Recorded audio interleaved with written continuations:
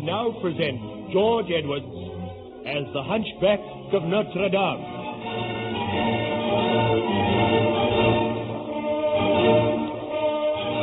In the previous episode, we heard how La Esmeralda had followed Quasimodo to the Cathedral of Notre-Dame, where she interviewed Tom Frollo. Esmeralda and Tom Frollo were left together, and then the Archdeacon expressed his love for the girl. Esmeralda drew back in horror. Tom Frollo fell upon his knees and begged her to return his love. The girl refused. Then Tom Frollo rose and seized her roughly by the wrist. At that moment, Quasimodo entered the room. He ordered the attacker to release the girl.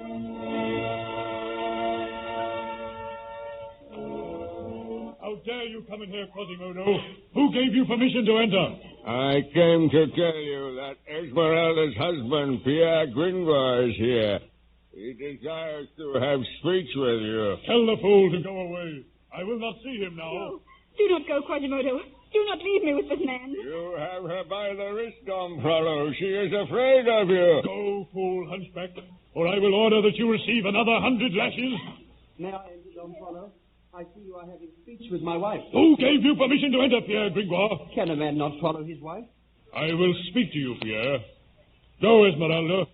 Go, Quasimodo. Take her back to the low tavern where she lives. And as for you, Esmeralda, you will hear more of this. You cannot harm me. Come now, Esmeralda. I will guide you back to the tavern. Now, Gringoire, why did you come here? As I have said, Tom Frollo, can a man not follow his wife? So, you admit that you are married to that witch? We were married according to the laws of the vagabonds. The laws of the vagabonds, you fool. Those are not the laws of France. I came to you to ask if you would marry us according to the laws of the church. You are a pupil of mine, Pierre Gringoire. I have done much for you in the past, and I refuse to let you waste your life by marrying a sorceress. Do you love the girl? I do not know. She is very beautiful. At times her very beauty maddens me. She hates me, she despises me, and thinks I am a coward. Perhaps I am. But I cannot bring myself to go away from her. You must part from her. You must not see her again. Why do you say that? Those are my orders. Esmeralda's soul may yet be saved. If she will consent to give up the life she leads and cease her magical, witch-like practices, I may be able to spare her life. If she does not heed me, it means death by burning. Would you have the girl enter a nunnery? No, nothing like that. If she places herself in my hands, she may yet be saved. You will go and speak with her, Pierre Gringoire, and tell her that you are not man and wife. Tell her that I have her interests at heart, and that I desire to help her. Why should I let you part us? According to the laws of the vagabonds, we are already married. I do not recognize the laws of the vagabonds. Hear me, Tom Frollo. In the past, I have been your friend. Why do you seek now to make me your enemy? You can continue as my friend, but I must ask you to remember that according to my law, you are not married to this woman, Esmeralda. She is suspected of being a witch. Therefore, it is my duty to question the girl, and if necessary, to place her under lock and key. You have not the right to do that. Do you know that the husband of a witch can also be sentenced to death? I know it. And yet, sometimes I think I would be prepared to die rather than lose Esmeralda. There are times when I do not understand myself. I feel afraid. I want to leave Paris. And then I know that I can never leave Esmeralda. That I would be prepared to lay down my life for her. My poor Pierre.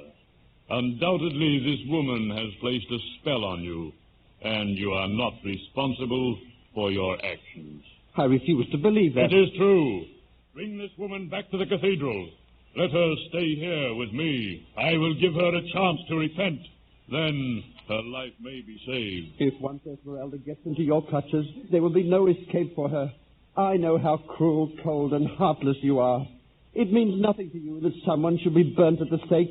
Believe me, Tom Frollo, I will do all in my power to thwart you. You misjudge me, Pierre. I am trying to save the girl's life. Now obey my orders. Bring her here before me. I will not. You will do as I say, Pierre. Go. Seek out Esmeralda and tell her the only way to save her life is to pay heed to me. I will not do it. We shall leave Paris together and seek out happiness elsewhere. You dare to defy me? I defy you. You shall not harm Esmeralda, and you shall not harm me. I go now to ask her to return my love. Johann! Johann! I am coming, my brother. What do you want with me? I suppose you have been listening to all that has been said. I heard enough to make me believe that you have taken leave of your senses. Listen. A little while ago, I offered you 50 pieces of gold to do a certain thing for me. I said that I would slip a knife between the ribs of Pierre Gringoire for 50 gold pieces. Pierre Gringoire must die. He stands in my path. All my life I have swept obstacles from my path. Gringoire shall not thwart me. Have a care, my brother, that this love for Esmeralda does not ruin you. Enough. Enough. I know what I am doing. Never before has my love been given to any woman. This girl has bewitched me. She is a witch. It would be better if I had her burnt at the stake, and so drive out the madness that is in my heart. Why not let her go away with Pierre Gringoire and try to forget about her? No, I cannot do that. Something stronger than myself is urging me on. Go, Johann, and kill Pierre Gringoire. I do not mind, my brother. And the 50 gold pieces? I will give you 25 gold pieces now, and the other 25 when you bring me the proof that Pierre Gringoire is dead. You think that I might lie about his death? Sometimes I am ashamed to think that you are my brother. There is nothing that you would not do for money. And whose fault is that? It is not my fault. I have done my best to attend to your education. I have tried to make you an honest, upright gentleman. You have tried to make me an honest, upright gentleman. When I was a mere boy, you bullied me. You have always kept me short of money. There are times when I have been hungry, when I have had to feed for food. That was because you would not obey me. You mingled with evil companions. You would not attend to your studies. Those who sin must be punished. I beg that you remember that, my brother. Those words may be rebounded on your own head. Those who sin must be punished. Enough of this. Will you go and do my bidding? You have stooped so low as to send me, your own brother, to commit a murder. You care nothing for me so long as you gain your own ends. It may be my hand that killed Pierre Gringoire, but you will be guilty of the crime. Gringoire must be removed. I care not who does it or how it is done. I have offered to pay you well. The money. I will not do anything without the money. I have told you you will get half now and half when the deed is done. I suppose there is honesty amongst murderers. I know you so well, Johann. So be it. Give me the 25 gold pieces. Remember, whatever happens, no blame must be attached to me. I know nothing about the murder of Pierre Gringoire. He has not been murdered yet. And you can leave it to my wits and my cunning to see that no blame attaches to you or to me. Someone will be blamed if he is stabbed. I will not be blamed. Neither will you. There is always Quasimodo. Will you get Quasimodo to do the deed for you? I will not. He might bungle it. But I will make sure that Quasimodo is somewhere in the vicinity. And I will also contrive to make a quarrel between Quasimodo and Pierre Gringoire. You can leave that to me, my brother. I go now to carry out my mission.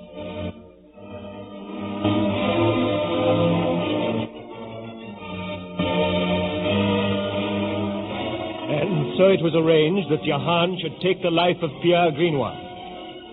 In the meantime, Esmeralda had returned to her room at the Coeur de Miracle. Quasimodo left her there. The girl sat a while in thought. Then there was a knock at the door.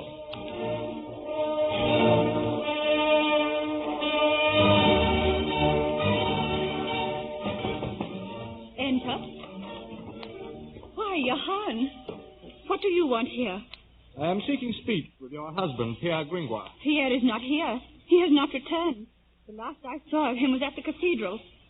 What do you want him for? I wish to warn him against Quasimodo. Against Quasimodo? Yes. I tell you, Esmeralda, you must be careful of Quasimodo. The ugly hunchback is mad with love for you, and he has sworn that he will kill your husband. I cannot believe that. It is true.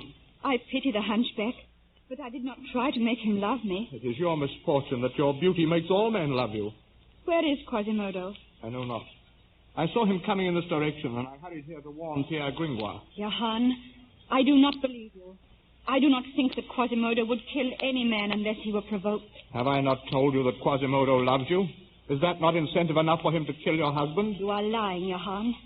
I know not why you are lying, but you have some purpose of your own for coming here and telling me this. I am not lying. This is all the thanks I get for trying to save your husband's life. Very well, let Quasimodo kill him. And if Pierre dies, the fault will be yours. You almost convinced me that you are speaking the truth. But I must find Pierre and warn him myself. But let me talk to Quasimodo. I can stop him from doing this thing. I will go and seek him out now. No. Wait here. It is not safe for you to go out. Let me pass you. Johann. There is blood upon your coat. And on your sleeve. What does that mean? Blood on my coat and sleeve? I know not what it means. Johann, what has happened? Where is Pierre Gringoire? You have come here to warn him, and there is blood all over you. I think you are a murderer.